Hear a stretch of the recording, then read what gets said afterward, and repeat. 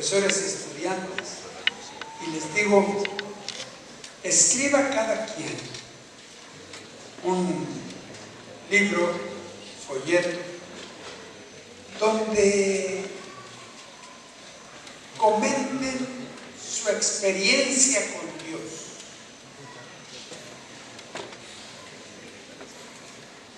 Sus meditaciones acerca de Dios.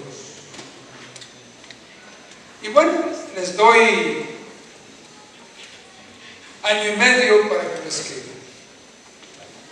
Al final del año y medio vienen los 66 tomos, 66 folletos, donde profesores de teología y estudiantes de teología de la universidad escriben sus reflexiones y meditaciones acerca de su caminar con Dios. La encuaderno y digo yo, tenemos una nueva Biblia. Los santos hombres de Dios, profesores de teología de la universidad y los estudiantes han escrito un libro de 66 tomos donde hablan de cómo ven a Dios y cómo se relacionan con Él. Les pregunto, ¿sería esa una nueva Biblia? ¿Sería una nueva Biblia? No. Hay autores adventistas, pastores que escriben libros, como el pastor Puyol, el pastor Partida, el pastor Alejandro Villarreal, el pastor Perla, escriben libros y los leemos, nos ayudan, pero no se nos ocurre pensar que pueden formar parte de la Biblia. Incluso los libros de Elena de White, a ella no se le ocurrió que sus libros podían formar parte de la Biblia. Es una luz menor para que podamos entender mejor la Biblia, que es la luz mayor.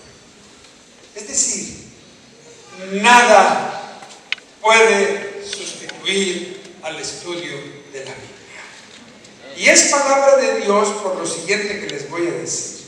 Las historias de la Biblia son vivas. El Espíritu Santo las mantiene vivas. Miren, si yo ahorita les comienzo a contar la historia de David y Goliat, pues ni modo que no se la sepan, ya la saben. ¿Y por qué se les vuelvo a contar? Ni modo que les haga con que ganó Goliat. Les voy a contar una historia ahora, pero ¿saben qué? La ganó Goliat. Van a decir, no, ya la sabemos. Ya sabemos que ganó David, así que cuéntala como es. Y la contamos y nos sigue llamando la atención. Y aunque la contara yo esta mañana, ustedes mantienen interés, porque las historias de la Biblia son historias vivas. Son obras de arte, inspiradas por Dios. Y cuando abrimos la Biblia, el Espíritu Santo se hace presente. Y la palabra, la letra, se convierte en palabra viva y eficaz. Y más poderosa que una espada de dos filos. Muchas gracias al grupo que está cantando y muchas gracias, profesor Romero, Manuel, por este testimonio. ¿Cómo no vas a creer en Dios? Tu historia es una de las historias de aquellos que lo recibieron, de aquellos que creen en su nombre. Y quiero invitarlos de nuevo a leer en San Juan capítulo 1. Y vamos a ir al versículo 12, donde hemos estado leyendo. La historia es triste y de repente se torna maravillosa. De repente, sí, de un versículo a otro se torna hermosa. Dice el texto, versículo 10. En el mundo estaba, y el mundo por él fue hecho, pero el mundo no le conoció. A lo suyo vino, y los suyos no le recibieron. Qué historia tan triste, ¿no? Y luego cambia. Mas a todos los que le recibieron, a los que creen en su nombre, les dio el poder de ser hechos hijos de Dios, los cuales no son engendrados de sangre, ni de voluntad de carne, ni de voluntad de varón, sino de Dios. Cuando aceptamos a Cristo, recibimos otro linaje. Somos de Dios. Con ese marco les quiero invitar a ir al capítulo 19 de San Juan.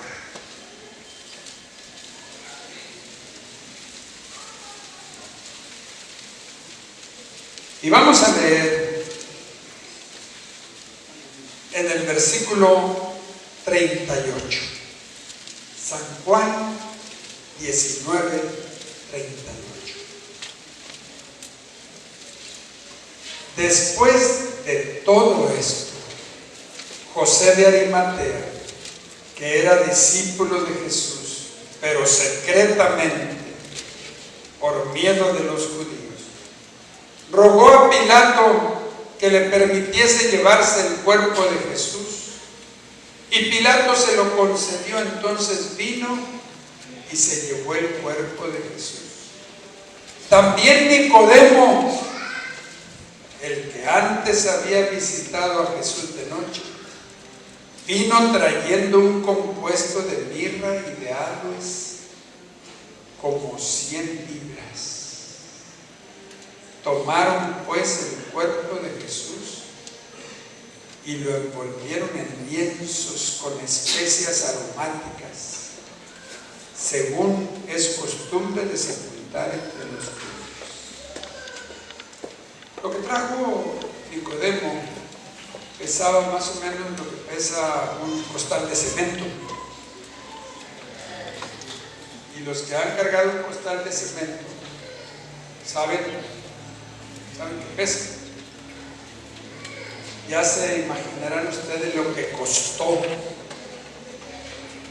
ese compuesto de fina mirra y aceites aromáticos para envolver el cuerpo de Jesús. Pero les quiero decir lo siguiente. ¿Se pueden imaginar ustedes? Porque con la Biblia hay que desarrollar la imaginación. ¿Qué significaba este acto para Nicodemo?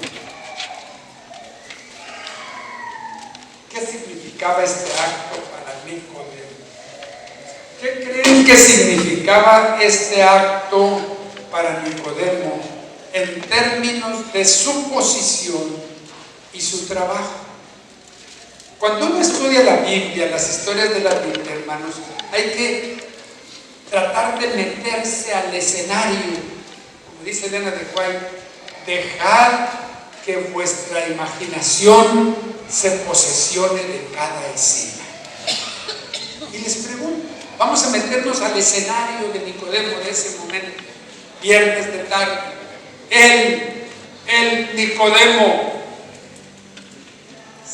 bajando el cuerpo de Jesús de la cruz, envolviéndolo en los compuestos aromáticos y llevándolo a la tumba, él, Nicodemo. ¿Qué podría significar eso en términos de su trabajo?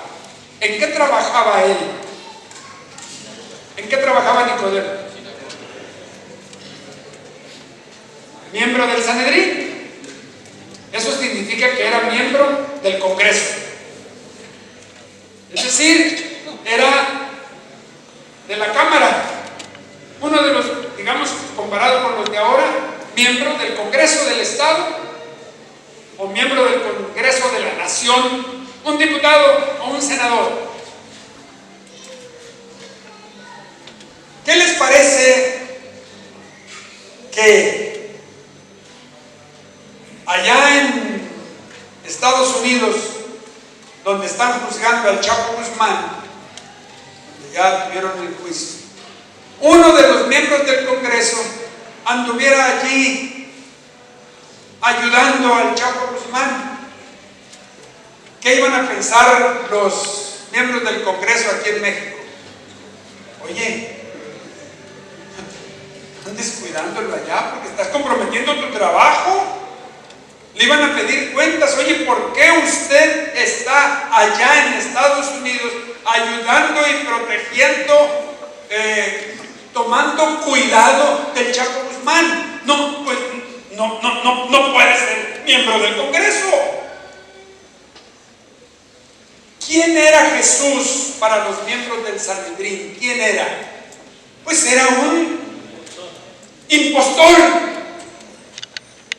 Además, había blasfemado, se había hecho pasar como Dios, como hijo de Dios. Aquí en el Evangelio de San Juan hay una declaración que Jesús dijo un día. Le dijo a los dirigentes judíos: antes que Abraham fuese, yo soy. ¿Cómo?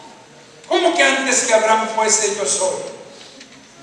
Y había dicho: yo soy el pan de vida. Y le había dicho a la mujer samaritana: el agua que yo te daré no tendrás sed jamás. Será un agua que salte para vida eterna. Y la mujer le dijo: Señor, dicen que va a venir el Mesías y Él nos va a enseñar todas las cosas. Y Él le dijo: yo soy. Yo soy. Y a los discípulos les dijo: yo soy el camino y la verdad y la vida. ¿Cómo? Y ante el jurado del Sanedrín había dicho: y desde ahora veréis al Hijo del Hombre que viene en las nubes de los cielos. ¿Cómo? Y se rasgaron las vestiduras y dijeron: ¿cómo vamos a oír semejante estupidez? Que éste dice que sea Dios. La muerte merece la muerte. Pues murió un impostor, un blasfemo, alguien que actuaba en contra de las creencias del pueblo en aquel tiempo. Y Nicodemo era miembro del Sanedrín. Y ese viernes de tarde, ante los ojos de todos los que estaban allí, lo vieron. Se regó como pólvora. Nicodemo fue bajo el cuerpo del impostor y lo llenó de hierbas aromáticas y de mirra, bastantes kilos como un costal de cemento. Les pregunto, ¿cómo creen que iba a ser el lunes en el trabajo de Nicodemo? Imagínense el lunes, yendo al trabajo, al Congreso, al Sanedrín. Tocaba la puerta y por la puerta entró. Buenos días. Buenos días, Nicodemo. Nicodemo, ya sabes lo que hiciste. Llega a su escritorio y hay una notita. Nicodemo, quiero hablar contigo. ¿Y saben quién firma? El sumo sacerdote.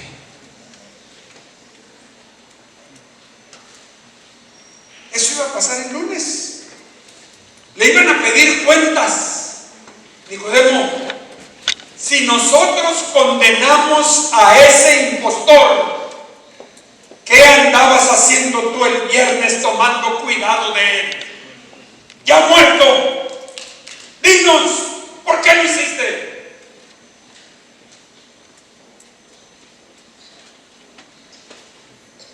Pero ¿saben una cosa?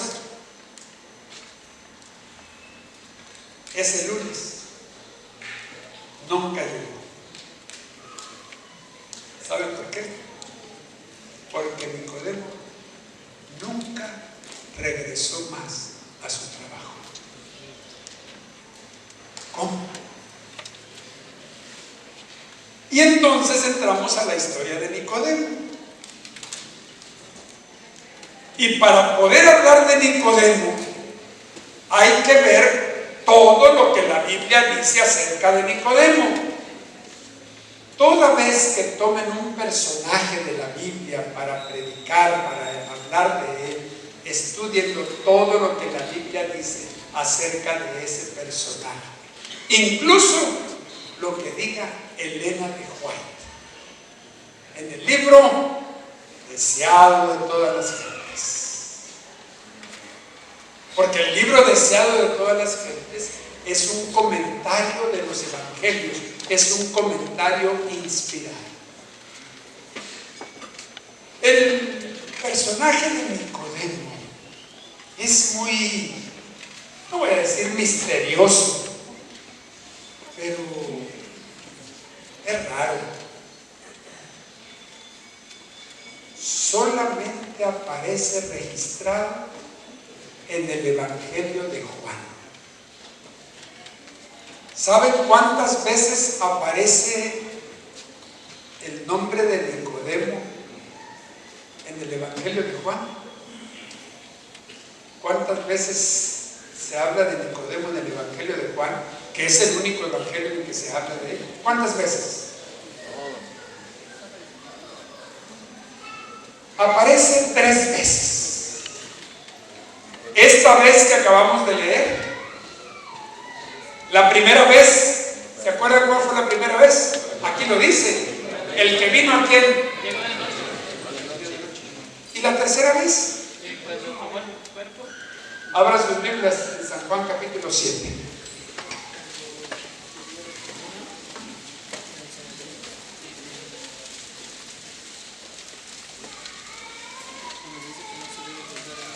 San Juan capítulo 7 es un capítulo muy interesante porque hay discusión entre los discípulos, hay discusión entre Jesús y los dirigentes, entre los judíos. Entonces, versículo 40, vamos a leer desde el 40. Entonces algunos de la multitud, oyendo estas palabras, decían: verdaderamente este es el profeta. Otros decían: este es el Cristo. Pero algunos decían: de Galilea ha de venir el Cristo. ¿No dice la Escritura que del linaje de David y de la aldea de Belén, de donde era David, ha de venir el Cristo? Hubo entonces disensión entre la gente a causa de él, y algunos de ellos querían prenderle, pero ninguno le echó mano. Los alguaciles vinieron a los principales sacerdotes y los fariseos, y estos les dijeron: ¿por qué no le habéis traído? Los alguaciles respondieron: jamás hombre alguno ha hablado como este hombre. ¿Qué les parece? Lo mandaron por él a los policías. Vayan a los policías, pues tráiganlo.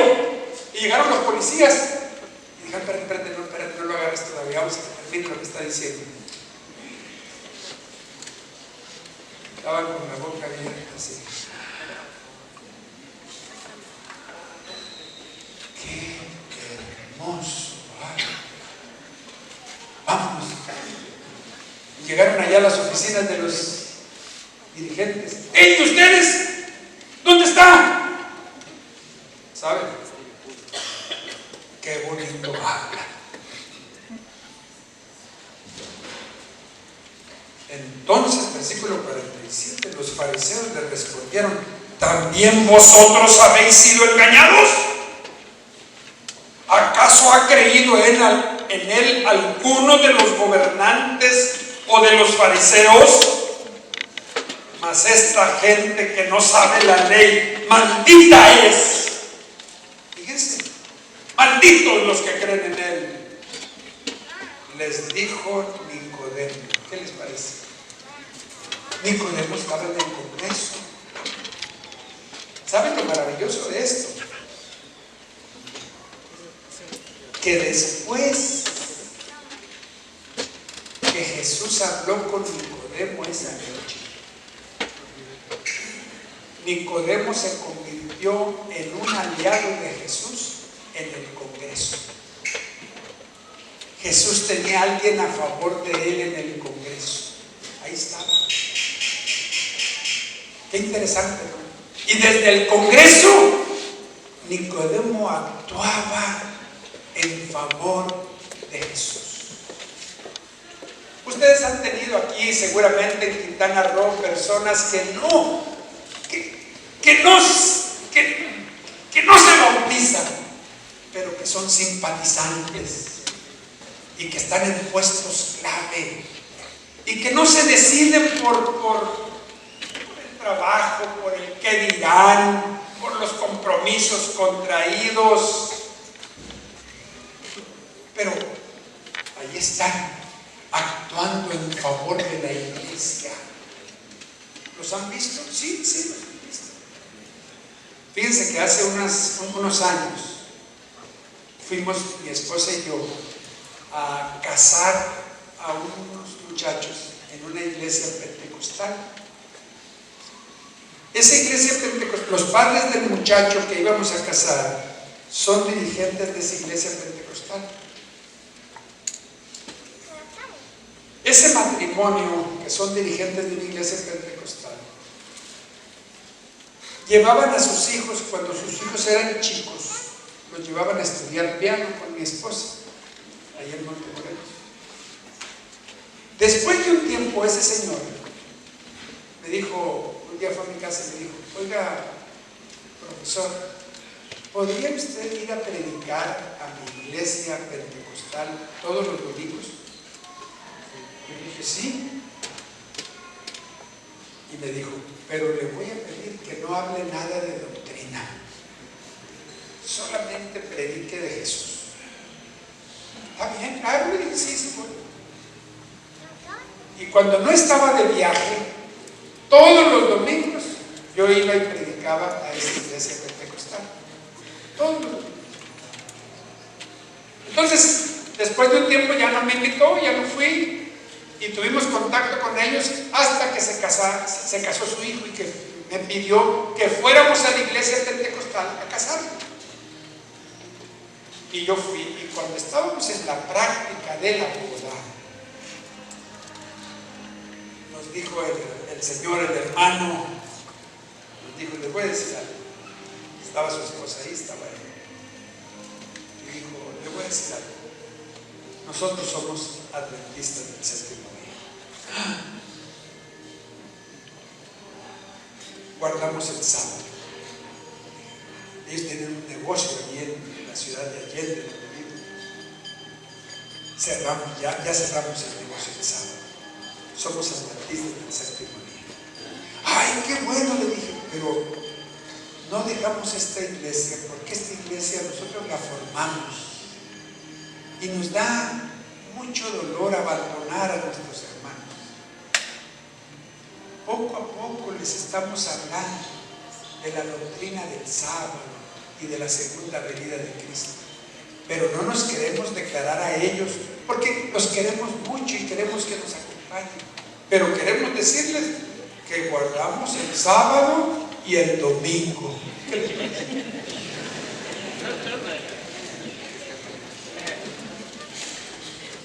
Sí, Hay personas que están allí, han sido tocadas por Dios, han sido tocadas por Cristo, pero no se deciden. No hay que desesperarse. Mi mamá oró por mi papá 37 años para que se bautizara. 37 años. Mi papá era como Nicodemo, porque estaba en una posición de autoridad. Llegó a ser secretario de Educación del Estado y desde su posición de autoridad beneficiaba a todas las escuelas de iglesia. Porque en el tiempo cuando comenzaron a aparecer los libros de texto gratuitos, solo eran para las escuelas públicas. Pero mi papá pedía libros de más a México. Y se los daba todos a mi mamá por la puerta de atrás, para que fueran a todas las escuelas adventistas. Otra cosa que hizo mi papá, había escuelas que se establecían en las iglesias y por lo tanto no eran incorporadas a la secretaría, pues no tenían autorización. ¿Y saben qué hacía mi mamá? Mi mamá era tremenda. Y mi mamá le decía a mi papá: Miguel, tienes que ayudarnos con la escuela de tal iglesia ahí en toda la asociación. ¿Qué hicieron, Emma? Emma se llama, ¿qué hicieron? Pues levantaron la escuela, pero tienen la escuela en la iglesia, en las divisiones infantiles. ¿Y qué? Pues no las pueden incorporar. ¿Y qué hacemos? Mira, Miguel, decía mi mamá, a todos esos niños, inscríbelos en tus escuelas. Sí, así que mi papá metía en escuelas de los ranchos a niños con los nombres de las escuelas de iglesia del estado. Estaban allí, eran fantasmas, niños fantasmas. Estaban en la escuela de iglesia, pero estaban anotados en las escuelas públicas. Y al final les daban su certificado. Mi mamá siempre. Y muchachos jóvenes que terminaban la normal: Miguel, fulano de tal ya terminó la normal, dale una plaza. No, mi mamá era peor que el sindicato. Sí, tenemos personas que simpatizan con la iglesia. Y en su momento se van a presentar y van a declarar públicamente que aceptan a Jesús como su Salvador personal. Así como hizo Nicodemo, que en su momento fue a la cruz. Yo me imagino que cuando llegó Nicodemo esa tarde a la cruz con José de Arimatea y levantó su rostro y vio a Jesús, se ha de haber acordado de algo que Jesús le dijo. ¿Quieren verlo? Vamos a San Juan capítulo 3. San Juan capítulo 3.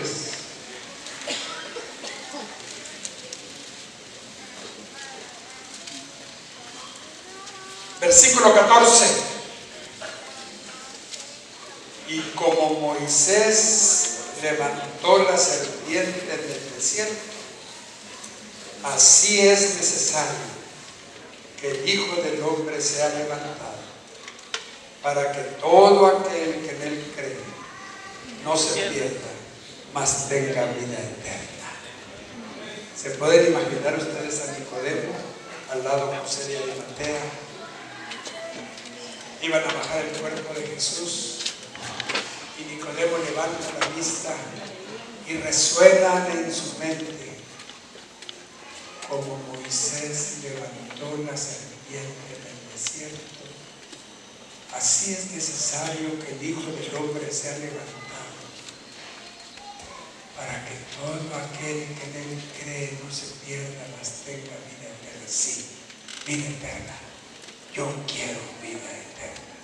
¿Se lo pueden imaginar?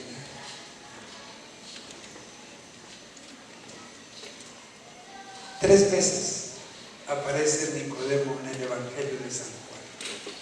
La primera vez, cuando lo fue a buscar en la noche.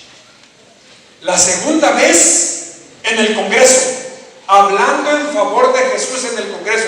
Y vean lo que le contestaron los compañeros ahí en el Congreso.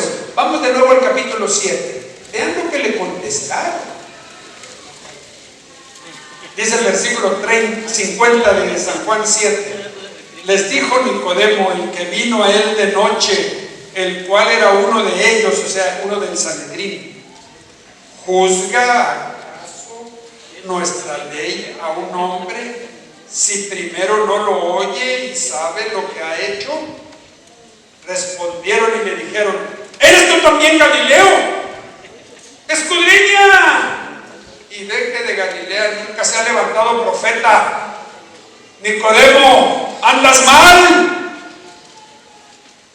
Yo me imagino que el lunes que Nicodemo no se presentó al trabajo, le dijeron al sumo sacerdote: oye, parece que Nicodemo se fue con ellos. Sí, ya me imaginaba. Acuérdense lo que a veces decía aquí en el Congreso.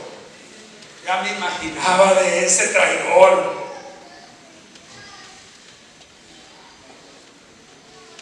Desde esa perspectiva, ahora cobra un matiz muy diferente leer San Juan capítulo 3, la entrevista de Nicodemo con Jesús. Y vamos a ir por unos momentos a San Juan capítulo 3, a la entrevista. San Juan capítulo 3. Había un hombre de los fariseos que se llamaba Nicodemo, un principal entre los judíos. Este vino a Jesús de noche y le dijo: Rabí. ¿Y qué palabra sigue? Sabemos. Qué importante saberlo. Sabemos. Esa fue su tarjeta de presentación. Ustedes saben que cuando uno se encuentra cuando yo me encuentro con diferentes personas que representan ciertas organizaciones, se presentan así: profesor, buenas tardes. Sí, profesor. Y me dan su tarjeta. Y luego yo en la tarjeta, caray, dice uno: así que usted es el director general, así que usted es... Le muestra la tarjeta como para decir, para que sepas quién soy. Y Nicodemo sacó su tarjeta y le dijo: sabemos. Qué feo es no saber, ¿verdad? Cuando uno es profesor y un niño le hace la pregunta: oiga, profe, ¿en dónde nació López Rayón?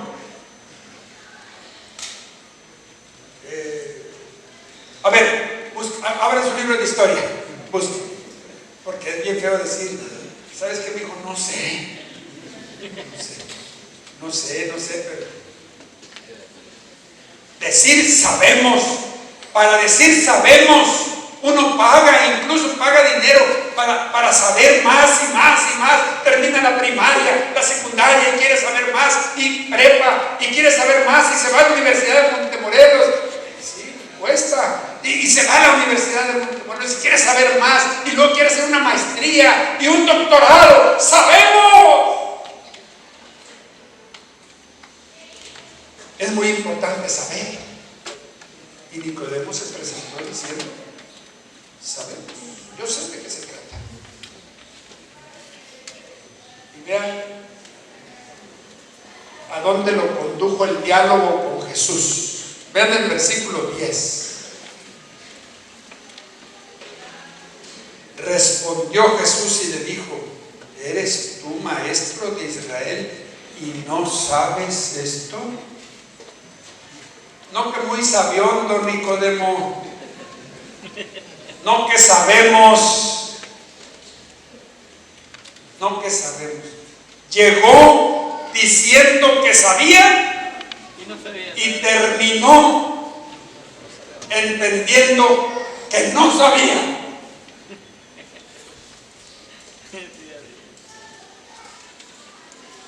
Así es el encuentro con Jesús, hermanos. Así es el encuentro con Jesús. Nosotros pensamos que podemos explicar las cosas de Dios, pero no sabemos. Las cosas, el diálogo con Jesús nos lleva a otra dimensión del conocimiento, a otra dimensión. Porque entendemos la revelación como fuente. En el mundo en que vivimos, en las escuelas donde vivimos, se acepta como verdad solo lo que se puede probar en el laboratorio, lo que se puede tocar, lo que se puede escuchar, lo que se puede gustar, lo que se puede oír, lo que se puede probar en el laboratorio. Así que no me vengas a mí con tus historias de que en el principio creó Dios los cielos y la tierra. No se puede probar, y el mundo habla de una evolución. Pero en esta escuela, Ignacio López Rayón, en las escuelas adventistas, no solo el laboratorio es la fuente del conocimiento. La Biblia aquí, en esta escuela, la Biblia es la fuente del conocimiento. Amén. Amén. Es fundamental, porque es un asunto de fe. Porque imagínense tener, ¿cómo explicas tú que un día Dios se hizo pequeño, como una célula, y se vino por el espacio infinito, rodando por el espacio infinito, y entró en el vientre de María para nacer como hijo de Dios, Jesús de Nazaret? ¿Cómo lo explicas? Que era tan buen hombre, lo creyó. Cuando María vino y le dijo: José querido, quiero decirte algo. ¿Qué pasó, María? Estoy embarazada. María, ¿y de quién? No sé. Un ángel me habló.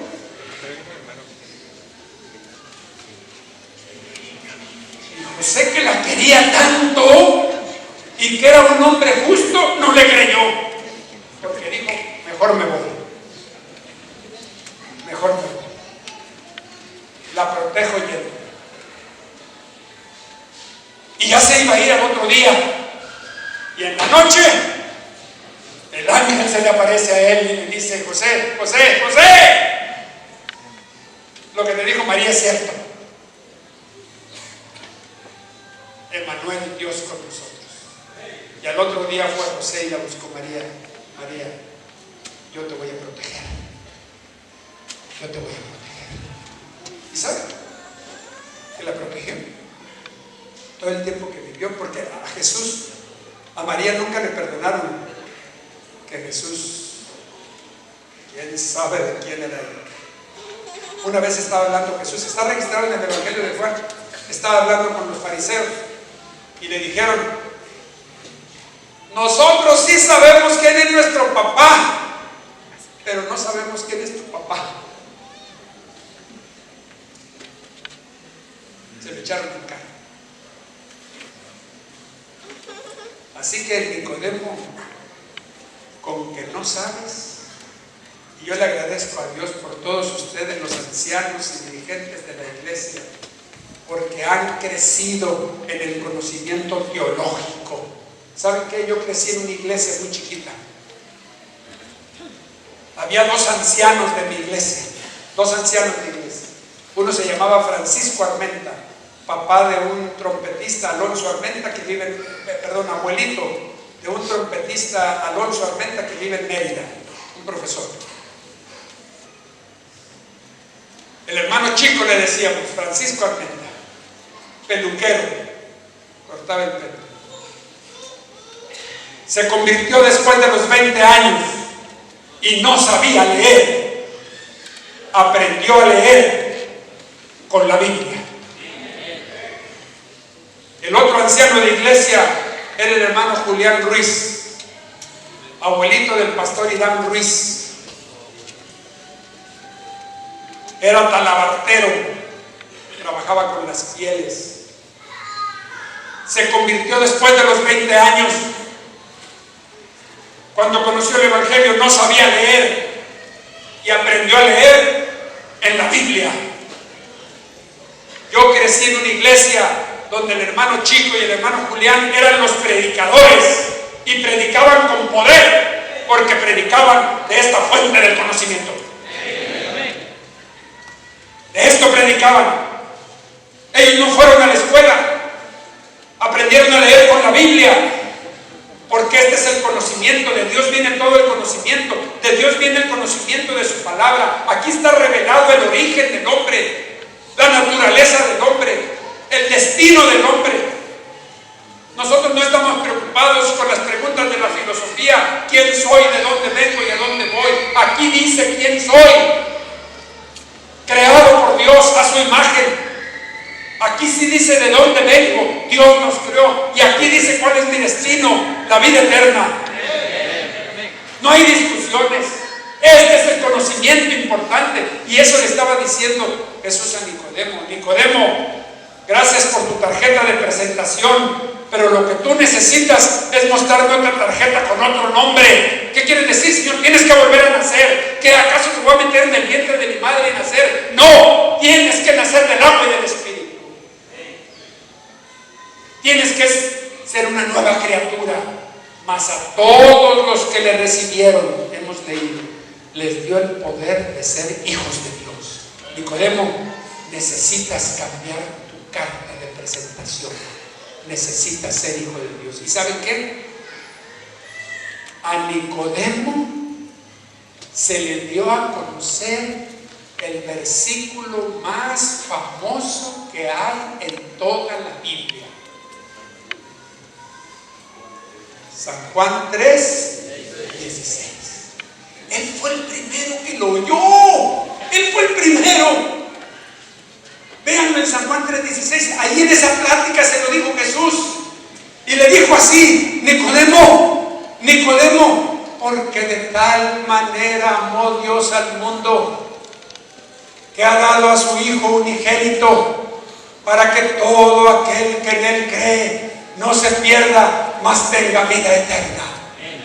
Los primeros oídos que escucharon el versículo más famoso de toda la Biblia fueron los oídos de Nicodemo. ¿Y saben qué pasó después de aquel viernes? El lunes no se presentó a trabajar.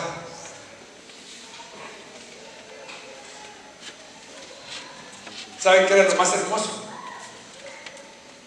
Llegó a los oídos de Nicodemo que Jesús había resucitado el domingo. Así que aquí iba el trabajo, hermano. Y ahora escuchen la importancia de Elena de White. Elena de White, en el libro Deseado de todas las gentes, tiene un capítulo que se llama Nicodemo. Y dice allí que Nicodemo, todo lo que tenía, todos los bienes, todas sus cuentas de banco y todos sus bienes raíces, todo, lo entregó para financiar el evangelismo de la iglesia cristiana primitiva. Y dice Elena de White que quedó pobre en los bienes de este mundo.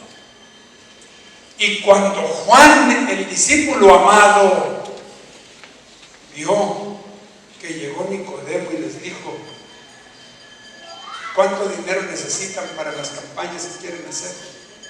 Pues tal, yo se los voy a dar. ¿Y cuánto dinero necesitan para ir para este otro lado? Pues tal, yo se los voy a dar. Lo que esta iglesia necesite, yo se los voy a dar. Y les dio todo el dinero. Cuando Juan vio eso, se le acercó y le dijo: Señor, ¿por qué hace usted eso? Y el Señor le dijo: ven, Juan, te voy a contar qué fue lo que pasó. Ustedes no lo saben. Nadie de ustedes lo sabe. Estaban dormidos. Te lo voy a contar. Y Nicodemo le contó a Juan la entrevista que había tenido con Jesús aquella noche. Por eso solamente la registra el Evangelio de San Juan. Elena de White, gracias hermano, Elena de White dice en ese capítulo que Nicodemo le contó a Juan y le dijo: todo empezó con aquella entrevista que tuve con tu maestro una noche. Todos ustedes estaban dormidos. Así estudiamos la Biblia, hermanos. Esas son las historias. Y son historias que se repiten y se repiten y se repiten.